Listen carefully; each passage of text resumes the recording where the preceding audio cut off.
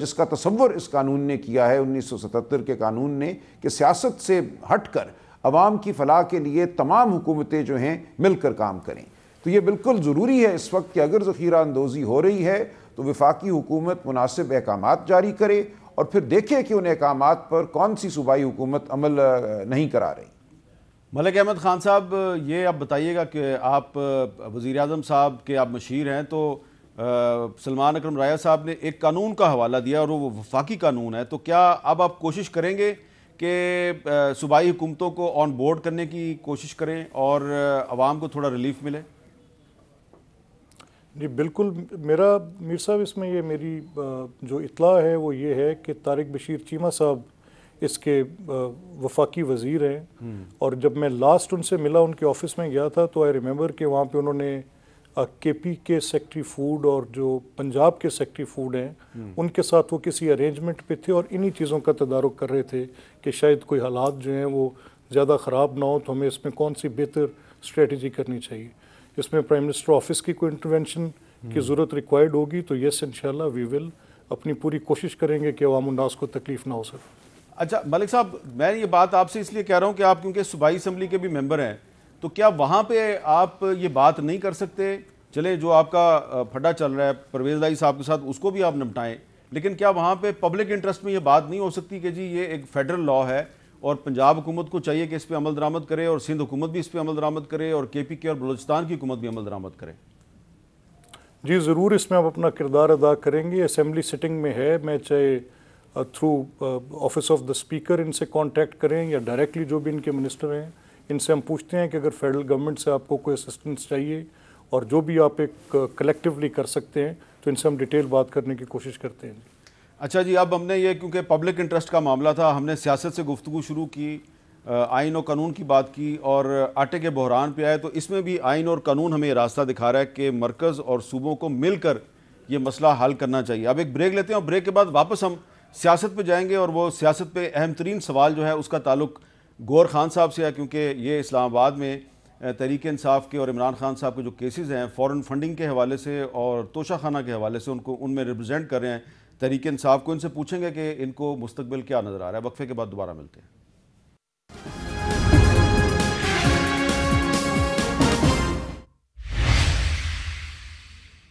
Capital talk میں دوبارہ خوش آمدید. گور خان صاحب، تھوڑی دیر پہلے لاہور میں زمان پارک میں عمران خان صاحب نے اپنی پارلیمانی پارٹی کا اجلاس بلایا ہوا تھا، اس میں جو انہوں نے خطاب کیا ہے جو میڈیا میں رپورٹ ہو رہا ہے، انہوں نے کہا جی کہ ہمارے ایم پی ایز کو خریدنے کی کوشش کی جا رہی ہے اور مجھے پارلیمانی سیاست سے مائنس کرنے کی کوشش کی جا رہی ہے. اس کا مطلب ہے انہیں خطرہ نظر آ رہا ہے کہ فورن فنڈنگ کیس یا توشہ خانہ کیس میں ان کو ڈسکوالیفائی کیا جا سکتا ہے. آپ ان کو ڈیفینڈ کر رہے ہیں عدالتوں میں بھی اور الیکشن کمیشن میں بھی، آپ کو کوئی ایسا خطرہ نظر آ رہا ہے؟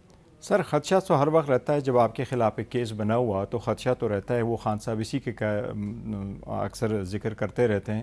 وہ ریزن یہی ہے کہ جی یہ تو مجھے پولیٹیکلی نہیں ناک آؤٹ کر سکتے تو ٹیکنیکلی کرتے. اب دو کیس زیادہ اہم رہ گئے. وہ ایک ہے کہ جس میں الیکشن کمیشن نے نوٹس دیا تھا، وہ ہائی کورٹ نے ابھی اسٹے کر دیا ہوا، جس میں سے الیکشن کمیشن کا کہنا ہے کہ توشہ خانہ کیس میں ہم نے آپ کو چونکہ ڈسکوالیفائی کیا ہے لہٰذا آپ اب کوالیفائی نہیں رہے کہ آپ چیئرمین پی ٹی آئی رہے، جس کو ہم نے ریٹ پٹیشن فائل کی اور علی ظفر صاحب وہاں پیش ہو گئے تھے. اس میں ہائی کورٹ نے اسٹے گرانٹ کر دیا. آج وہ کیس لگا ہوا تھا الیکشن کمیشن میں. میں جب پیش ہوا میں نے الیکشن کمیشن سے یہی استدعا کی اور مجھے ممبر کے پی کے نے کہا کہ گور صاحب آپ ہائی کورٹ کیوں چلے گئے، شاید جو آپ کے دل میں وہ نہ ہوتا. تو میں نے ان کو بصد احترام عرض کیا، میں نے کہا یور آنر یس ہمیں نہیں جانا چاہیے، لیکن آپ سے مایوسی اتنی ہوئی کہ ہمارے پاس اور جگہ نہیں تھا تو ہائی کورٹ کے پاس جانا تھا. جہاں سیکنڈ جو کیس تھا جس میں وہ ڈسکوالیفیکیشن والا ہے توشہ خانہ والا کیس، وہ کل اسلام آباد ہائی کورٹ میں لگا ہوا ہے اور اسلام آباد ہائی کورٹ میں پیش ہوں گے. لیکن وہی کیس ابھی ہم نے ہائی کورٹ میں بھی پیش کیا تو شاید اس میں فردر پروسیڈنگ نہ ہو. جو اس کا ہے فارن فنڈنگ والا کیس، وہ آج اسلام آباد ہائی کورٹ میں فل بینچ کے سامنے تھا. اس میں سارے پارٹیز کے آرگومنٹس ہو گئے اور ہائی کورٹ نے آرڈر ریزرو کیا. تو مجھے تو امید ہے انشاءاللہ تعالیٰ ود ان منتھ اس کا فیصلہ آ جائے گا اور امید ہے انشاءاللہ تعالیٰ کہ اس میں ہم سرخرو ہوں گے اور اللہ سے امید ہے انشاءاللہ تعالیٰ کہ خان صاحب ڈسکوالیفائی نہیں ہوں گے. اچھا آپ کو امید ہے. تو سلمان اکرم رائع صاحب، آخری میرا سوال آپ سے یہ ہے کہ فرض کریں کہ عمران خان صاحب کو ان کے خدشے کے مطابق ڈسکوالیفائی کر دیا جاتا ہے، کیا اس سے پاکستان میں پولیٹیکل سٹیبلٹی آ جائے گی؟ بالکل نہیں آئے گی. دیکھیں پولیٹیکل سٹیبلٹی کسی بڑے سیاسی لیڈر کو مائنس کر کے کبھی بھی نہیں آتی. ہم جتنا اپنی تاریخ میں پیچھے چلے جائیں، وہ کوئی بھی ہو، جب بھی کسی کو ہم نے منظر سے غائب کرنے کی کوشش کی ہے، خواہ وہ نیشنل عوامی پارٹی ہو، خواہ وہ ذوالفقار علی بھٹو صاحب ہوں، خواہ وہ میاں نواز شریف ہوں 2017 میں، یا آج اگر عمران خان صاحب کے ساتھ ایسا کچھ ہوتا ہے تو ملک ہمارا پیچھے جاتا ہے. یہ بات بالکل، اگر تاریخ ہمیں کوئی ایک سبق سکھاتی ہے تو وہ یہ ہے کہ ہم پیچھے چلے جاتے ہیں. سیاسی عمل جو ہے اور سیاسی جماعتوں کا جو وجود ہے وہ ہمارے ملک کے لیے ایک نعمت ہے. دیکھیں اس ملک کو اکٹھا رکھا ہوا ہے ہمارے سیاسی عمل نے. ہماری آبادی بہت مختلف قسم کے لوگوں پر مشتمل ہے. گوادر سے لے کر آپ گلگت تک جائیں تو لوگوں کی اپنی اپنی سوچ ہے، اور یہ سیاسی عمل ہے، سیاسی جماعتیں ہیں جو ان کو پروتی ہیں ایک دھارے میں. ٹھیک ہے. لہٰذا جب آپ کسی بڑی جماعت یا بڑے لیڈر کو غائب کرنے کی کوشش کرتے ہیں منظر سے، تو آپ اپنے ملک کو نقصان پہنچاتے ہیں. ملک احمد خان صاحب، یہ سوال میرا بڑا آپ سے سادہ سا سوال ہے، ذرا مختصر سا جواب دیجیے گا کہ اگر عمران خان صاحب نااہل ہوتے ہیں تو کیا اس کے بعد آپ کو یہ امید ہے کہ پھر نواز شریف صاحب کی نااہلی ختم کرانا آپ کے لیے آسان ہو جائے گا؟ کیا وہ مزید مشکل نہیں ہو جائے گی؟ نہیں میر صاحب، یہ درست ہے، لیکن میرا اس سیاسی سوال کے ساتھ، اگر تو عمران خان کے ذمے یہ جرائم ہیں جو کہ نظر آ رہے ہیں کہ الیکشن کمیشن کے فیصلے کو میں نے تفصیل سے دیکھا ہے، اگر اتنی بڑی پبلک منی کے ساتھ مس اپروپریشن ہے جو کہ ڈونیشنز میں آ رہی ہیں اور کس مقصد کے لیے آ رہی ہیں، کسی اور جگہ جا رہی ہیں، اسی طرح اگر اسٹیٹ گفٹس کے ساتھ یہ صورت ہے، اسی طرح مس ڈیکلریشنز ہیں، تو یہ جرائم ہیں. ان کو پولیٹیکل پوزیشن کے ساتھ ایکویٹ کرتے ہوئے شاید سوال کا جواب دینا مشکل ہوگا. ٹھیک ہے. میرا خیال ہے کہ اگر ان کے ذمہ یہ جرائم ہے تو اس کی پراپر انکوائری اور جوڈیشل پروسیڈنگ تو ہونی چاہیے سر. اور اب میں آخر میں چلتے چلتے آج جو شہباز شریف صاحب کی پریس کانفرنس تھی، اس میں ان کو ایک سوال کیا گیا ایک ایم این اے کے بارے میں، جس ایم این اے نے شہباز شریف صاحب کو ووٹ دیا اور وہ ابھی تک جیل میں ہے، اور اس کا نام علی وزیر ہے. اور یہ ایک ایسا نام ہے جو ہمیں تحریک انصاف کے دوستوں کی زبان پہ نظر ہی نہیں آتا. سوال کیا گیا شہباز شریف صاحب کو، انہوں نے جواب کیا دیا، ذرا سنیں. وزیرستان میں کئی دنوں سے دھرنا بیٹھا ہوا ہے جو کہ امن کا مطالبہ کر رہا ہے. اور دوسرا سوال، ایم این اے علی وزیر نے تحریک عدم اعتماد میں آپ کو ووٹ دیا تھا، اب تک آپ نے علی وزیر کی رہائی کے لیے کیا کردار ادا کیا ہے؟ نارتھ وزیرستان میں ہماری باقاعدہ نیشنل سیکورٹی کمیٹی کی میٹنگ ہوئی، اور اس کا پھر ایک باقاعدہ ایک اسٹیٹمنٹ جاری ہوا، آپ نے پڑھا ہوگا کہ اس ملک میں امن قائم کرنا وفاقی حکومت کا اور صوبائی حکومتوں کا فرض ہے. دوسری بات جو آپ نے کی ہے وہ باقاعدہ وہ ہمارے نالج میں ہے، اس کا ہم باقاعدہ اس کا جائزہ لے رہے ہیں، اس کے پاس انشاءاللہ کام ہو رہا ہے. تو وزیر اعظم صاحب نے کہا کہ علی وزیر صاحب جن کی سپریم کورٹ سے بھی ضمانت ہو چکی ہے، سندھ ہائی کورٹ سے بھی ضمانت ہو چکی ہے، ان کے معاملے کا ہم صرف جائزہ لے رہے ہیں. ایک ووٹ علی وزیر کا تو لے لیا شہباز شریف صاحب نے، لیکن ضمانت کے باوجود وہ ابھی تک جیل میں ہیں، ان کی رہائی کیوں نہیں ہو سکی؟ وہ صرف جائزہ لے رہے ہیں. اب آپ کو سمجھ آ گئی ہوگی کہ نہ تحریک انصاف علی وزیر کا نام لیتی ہے اور نہ ہی حکومت جو ہے اس کے پاس اس سوال کو کوئی جواب ہے. یہ ہے پاکستان کا اصل مسئلہ اور اصل المیہ. مجھے دیجیے اجازت. اللہ حافظ.